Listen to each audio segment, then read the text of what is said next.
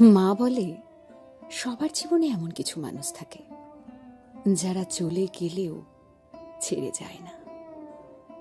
থাকে ধ্রুবতারার মতো। কোনো মন খারাপের রাতে পুরনো গান শোনার মতো, এক আধটা চেনা রাস্তা পার করতে করতে চোখ ভিজিয়ে ফেলার মতো,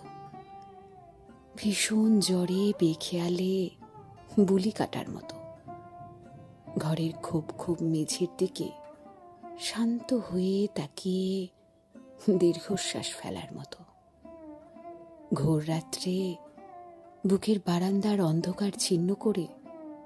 দপ দপ করে এক সলতে প্রদীপ জ্বলার মতো,